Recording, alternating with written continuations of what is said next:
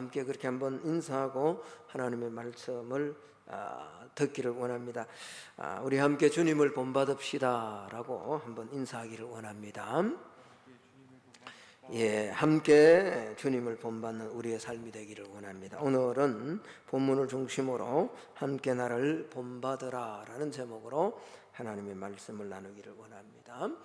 바울은 빌립보 교인들을 향해서 너희는 함께 나를 본받으라 라고 그렇게 말씀을 합니다. 이 말씀은 우리의 문화와 풍습 속에서는 좀처럼 하기 힘든 말입니다. 왜 그렇습니까? 우리나라처럼 체면을 중시하고 겸손을 미덕으로 삼는 이런 사회와 문화 속에서 이런 말을 하면 굉장히 교만하다라고 그렇게 여겨지기도 합니다. 또 신앙적으로 볼 때도 지나친 과신의 말이다라고 그렇게 볼 수도 있습니다. 그렇습니다. 어떤 사람이 하나님 앞에 또 사람 앞에 쉽게 자신을 본받으라 라고 그렇게 말할 수 있습니까? 그렇게 완벽하고 또 완전한 삶을 살아가는 사람들이 있을까요? 성경도 로마서에서 그렇게 말씀하고 있지 않습니까? 의인은 없나니 하나도 없다라고 선언하고 있는데 감히 어떻게 너희는 나를 본받으라 라고 그렇게 쉽게 말을 할 수 있겠습니까? 그런데 바울은 오늘 우리가 읽었던 빌립보서 3장 17절에 형제들아 너희는 함께 나를 본받으라 라고 그렇게 말씀을 합니다. 바울이 한 이 말씀은 여기뿐만 아니라 고린도에 있는 교인들을 향해서도 그렇게 말씀하셨습니다. 고린도전서 11장 1절의 말씀을 보면 내가 그리스도를 본받는 자가 된 것 같이 너희는 나를 본받는 자가 되라 라고 그렇게 말씀을 합니다. 이 말씀을 보면 바울이 감히 너희는 함께 나를 본받으라 라고 말씀한 이유를 우리는 충분히 알 수가 있습니다. 자신을 과신하거나 자신이 완벽해서 완전해서 나를 본받으라 라고 한 것이 아니다 라는 거죠. 내가 그리스도 예수를 본받는 것처럼 너희들도 함께 그리스도를 본받는 삶을 살아가자라는 그런 말씀이죠. 바울은 이 말씀을 옥중에서 밖에 있는 빌립보 성도들에게 권면하고 있습니다. 로마의 감옥에서 빌립보 교회의 성도들이 걱정이 되어서 이 말씀을 권면하고 있는 거죠. 왜냐하면 당시 사회는 굉장히 무질서했습니다. 신앙적으로 이단들이 교회 안으로 깊숙이 침투해 들어왔습니다. 교회 속에 세속적인 풍조가 만연했다라고 할 만큼 그런 열악한 상황이었습니다. 성도들의 신앙의 기본이 흔들려서 우왕좌왕하는 지경까지 이르를 그런 상황이 되었다라는 말이죠. 그래서 바울은 빌립보 교인들이 결코 흔들림 없이 신앙의 견고한 토대 위에 서기를 소망했습니다. 그래서 무엇인가 지침을 내려서 성도로서 어떻게 살아야 할 것인가 말씀해 주고 있는 거죠. 바울은 오늘 빌립보 교인들을 향해서 너희는 함께 나를 본받으라 라고 말씀을 하면서 18절에 보면 두 가지의 부류의 사람들을 대비하고 있습니다. 한쪽은 너희라고 하면서 편지를 받는 수신자들을 말하고요, 오늘로 이야기하면 그리스도인들이죠. 예수를 믿는 그런 사람들입니다. 그리고 또 다른 한쪽은 교회 안에 있으면서 그리스도의 원수로 행하는 자들이 또 다른 한 부류의 사람이었다라는 거죠. 3장 18절의 말씀입니다. 내가 여러 번 너희에게 말하였거니와 이제도 눈물을 흘리며 말하노니 여러 사람들이 그리스도의 십자가의 원수로 행하느니라. 오늘 두 부류를 대조하고 있습니다. 대비하고 있습니다. 너희 그리스도를 온전히 따라가는 사람들, 반대로 그리스도의 십자가의 원수로 행하는 사람들이다. 그리스도의 원수로 행하는 자들이 어떤 자들인지에 대해서 바울은 연이어 19절에 이렇게 그들을 소개하고 있습니다. 그들의 마침은 멸망이요 그들의 신은 배요 그 영광은 그들의 부끄러움에 있고 땅의 일을 생각하는 자다라고 그렇게 말합니다. 바울은 이런 자들을 본받지 말고 나를 본받는 삶을 살라라고 말씀을 하고 있는 거죠. 당시에 십자가의 원수로 살아가는 사람들이 있었습니다. 그렇다면 이 당시에 십자가의 원수로 살아가는 사람들은 어떤 사람들일까요? 당시 세속주의 크리스찬을 가리켜서 십자가의 원수들이었다라고 그렇게 불렀다고 합니다. 한마디로 그리스도의 십자가를 욕되게 하는 그리스도인들을 말하는 겁니다. 다시 말하면 교회 안에 신앙생활을 하지만 실제적인 삶의 모습에서는 그리스도를 영화롭게 하지 못하고 오히려 그리스도의 이름을 욕되게 하며 살아가는 그런 사람들을 가리켜서 십자가의 원수다라고 그렇게 불렀다라는 겁니다. 바울은 빌립보서 전반부에, 즉 빌립보서 2장 5절에서 8절에 이런 말씀을 했습니다. 너희 안에 이 마음을 품으라. 그 그리스도 예수의 마음이니 그는 근본 하나님의 본체시나 하나님과 동등됨을 취할 것으로 여기지 아니하시고 오히려 자기를 비워 종의 형체를 가지사 사람들과 같이 되셨고 사람의 모양으로 나타나사 자기를 낮추시고 죽기까지 복종하셨으니 곧 십자가의 죽으심이라. 바로 그리스도의 십자가의 정신을 말하는 겁니다. 십자가의 정신이 뭡니까? 자기를 낮추고 자기를 부인하고 하나님이시지만 하나님의 보좌를 버리시고 이 땅에 사람의 몸을 입고 와서 종의 형체를 입으시고 십자가에 달리시기까지 복종한 것이, 그것이 십자가의 정신이죠. 그러니까 십자가의 원수들이란 이런 십자가의 정신을 저버리고 오히려 정반대의 삶을 살아가는 사람들을 말합니다. 자기를 낮추기보다는 자기를 높이려고 하는 거죠. 자기를 부인하기보다는 자기를 위해서 자기 이익만을 탐내며 살아갑니다. 남의 허물을 볼 줄은 알지만 자신 안에 있는 덜보를 보지 못하며 자기 의를 가지고 경계하며 살아가는 그런 사람들을 말하는 거죠. 하나님의 뜻에 복종하기보다는 세상과 타협하고 세상에 있는 것들을 사랑하며 거기에 흠뻑 빠져서 그러면서 여전히 교회 생활을 하는 사람들을 가리켜서 십자가의 원수다라는 겁니다. 여러분, 참으로 무서운 말입니다. 십자가의 원수. 그런데 빌립보 교회 안에 실제로 십자가의 원수로 살아가는 사람들이 있었다라는 거죠. 그래서 바울은 옥중에서 눈물을 흘리며 십자가의 원수로 살지 말라라고 권면하는 겁니다. 자, 18절 말씀을 다시 한번 볼까요? 내가 여러 번 너희에게 말하였거니와 이제도 눈물을 흘리며 말하노니 여러 사람들이 그리스도의 십자가의 원수로 행하느니라 말합니다. 여기서 중요한 것이 있습니다. 여러 사람들이 교회 밖의 사람이 아니라 교회 안의 사람들이다. 다시 말하면 십자가의 원수가 교회 안에 있다라는 거죠.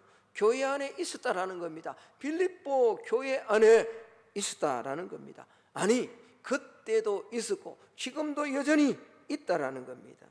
그렇다면 여러분, 십자가의 원수는 누굽니까? 어떤 사람들입니까? 예수 그리스도를 향해서 칼을 들이대거나 예수 그리스도를 향해서 창을 들이대며 대적하는 그런 자들입니까? 물론 맞습니다. 이런 사람들은 물론 십자가의 원수죠. 그러나 그런 사람들만을 말씀하는 것이 결코 아닙니다. 그러하기에 누구나 범하기 쉬운 일이기에 자신들이 십자가의 원수로 살아가고 있음을 감지하지 못한 채 여전히 성도인 것처럼 교회 안에서 생활하고 있는 사람들, 그런 사람들이 빌립보 교회 안에 있었다라는 말이죠. 자, 오늘 19절을 보면 십자가의 원수로 살아가는 자들의 결말을 먼저 말씀을 합니다. 19절입니다. 그들의 마침은 멸망이다. 먼저 바울은 결론을 말합니다. 그리스도의 십자가의 원수로 살아가는 사람들의 결론이 뭐냐? 멸망이다라는 거죠. 마침은 그들의 운명을 말한 겁니다. 그렇게 살아가는 사람들, 신앙생활 하는 것 같지만 결국은 그들은 멸망에 처할 수밖에 없다. 그들의 운명이다라는 거죠. 그리고 그 멸망 뒤에는 무서운 심판이 있다라는 겁니다. 이들의 신은 배였습니다. 19절입니다. 그들의 마침은 멸망이요 그들의 신은 배요. 여러분, 여기서 배란 말은 원래 코일리아라는 말로서 식욕, 정욕, 음욕, 물욕을 말합니다. 다시 말하면 그들의 신이 식욕이었고 정욕이었고 음욕이었고 물욕이었다. 이것들을 중심으로 살아가는 사람들이죠. 그래서 이것들을 중심으로 살면 곧 이것을 신으로 섬기는 것과 다름없다라는 그런 말입니다. 그러니까 배는요, 인간 욕망 전부를 말하는 겁니다. 결국 그들의 욕망은 하나님 대신에 이것들이 그들의 우상이 되고 마는 거죠. 결국 욕망의 노예가 되고 욕망을 따라 거침없이 살고, 욕망을 위해서라면 신앙과 윤리와 도덕은 고사하고 수단과 방법을 가리지 아니하는 삶을 살아갑니다. 여러분, 이런 삶에 결국은 자연스럽게 하나님보다는 돈을 더 사랑하게 됩니다. 더 중요시 여기게 됩니다. 그런데 여러분 한번 생각해 보십시오. 인간의 욕망이 끝이 있습니까? 인간의 욕망은 끝이 없습니다. 그래서 결코 만족하지 못한 삶을 살아갈 수밖에 없는 거죠. 그렇습니다. 이런 욕망을 중심으로 살아가는 사람, 성욕, 식욕, 정욕, 물욕, 이것이 마음의 중심이 되어 살아가는 사람은 하나님 나라를 볼 수가 없고, 이것을 따라서 살아가는 사람은 결국 그리스도의 십자가의 원수다라는 말이죠. 그들의 영광은 부끄러움에 있다라고 그렇게 말합니다. 19절입니다. 그들의 마침은 멸망이요 그들의 신은 배요 그 영광은 그들의 부끄러움에 있고, 그 영광은 그들의 부끄러움에 있다라는 이 말의 뜻은 부끄러운 일을 영광스럽게 생각했다라는 그런 말입니다.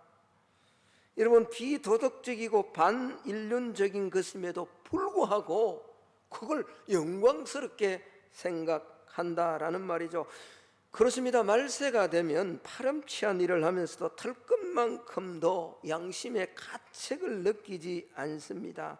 가책은 고사하고 오히려 자랑스럽게 생각하죠. 요즘 TV나 이런 대중매체에 나오는 것들을 보십시오. 불륜을 뭐죠? 당연한 것처럼 생각합니다. 아니, 결혼한 사람이 애인이 없는 것을 부끄럽게 여긴다라고 세속에서 그렇게 말들을 하고 있습니다. 이게 뭐죠? 부끄러운 일을 하면서 그걸 오히려 영광스럽게 생각. 죄는 마땅히 수치가 되는 것입니다. 그럼에도 죄를 짓는 것을 주저하거나 괴로워하기보다는 자랑으로 알고 영광으로 삼는 것은, 그렇게 살아가는 삶은 십자가의 원수가 되는 거죠. 십자가의 원수는 땅의 일만 생각하는 자라라고 그렇게 말합니다. 19절입니다. 그들의 마침은 멸망이요 그들의 신은 배요 그 영광은 그들의 부끄러움에 있고 땅의 일을 생각하는 자라. 이 세상 일에만 집착하는 자들을 말합니다. 여러분, 우리는 세상을 천국이라는 발판으로 사용해야 됩니다. 왜 직장을 주셨습니까? 왜 물질을 주셨습니까? 왜 명예를 주셨습니까? 왜 가정을 주셨습니까? 깊이 한번 생각해 봐야 됩니다. 하나님이 우리에게 주신 사명 대신에 그것이 마치 사명인 것처럼 알고 살아간다면 세상에 빠질 수밖에 없는 거죠. 땅의 일을 생각하는 자, 땅의 일만에 집착하며 살아가는 사람들입니다. 이 세상에 집착하고 애착하며 살아가는 것이 곧 십자가의 원수다라는 그런 말입니다. 여러분, 이 땅의 일만 생각한다라는 것의 또 다른 의미는 육신을 쫓는 삶을 살아가는 것을 말합니다. 육신의 일을 더 좋아하고 그것을 더 강하게 생각하는 그런 사람입니다. 로마서 8장 5절에 육신을 따르는 자는 육신의 일을, 영을 따르는 자는 영의 일을 생각하나니 말합니다. 우리가 육신을 따라가면 결코 하나님의 일을 생각할 수 없습니다. 그래서 십자가의 원수가 되는 거죠. 몸은 교회 안에 있는데, 이름은 성도인데 살아가는 삶의 모습이 칼을 대고 창을 대는 것이 아니라 십자가의 원수의 삶을 살아가는 거죠. 그런데 문제는 오늘 그렇게 사는 그 삶을 자각하지 못한 채 온통 머릿속에 세상 사람들이 추구하는 땅의 일을 추구하는 그것을 쫓아서 계속 나아가고 있다라는 말이죠. 여러분, 이렇게 살아가는 사람들이 바로 십자가의 원수들입니다. 이런 사람들이 빌립보 교회 안에서 잘 살아가는 것처럼 그렇게 살아가니 많은 사람들이 그 신앙의 모습을 보고 신앙에 경고하면서 흔들리니까 바울은 오늘 그렇게 말씀을 합니다. 그렇게 하지 말라는 겁니다. 내가 그리스도를 본받는 것처럼 너희도 함께 나를 본받으라 라고 그렇게 말씀을 합니다. 그렇습니다. 우리가 함께 바울을 본받고 함께 주님을 본받아 십자가의 원수에서 우리의 삶의 방향을 턴해야 됩니다. 그래서 오늘 바울은 비록 우리가 이 땅에 살고 있지만 내 정신과 마음과 뜻은 하늘에 두고 살 것을 말씀합니다. 20절 21절에 말씀합니다. 그러나 우리의 시민권은 하늘에 있는지라 거기로부터 구원하는 자 곧 주 예수 그리스도를 기다리노니 그는 만물을 자기에게 복종하게 하실 수 있는 자의 역사로 우리의 낮은 몸을 자기의 영광의 몸의 형체와 같이 변하게 하실 것이라.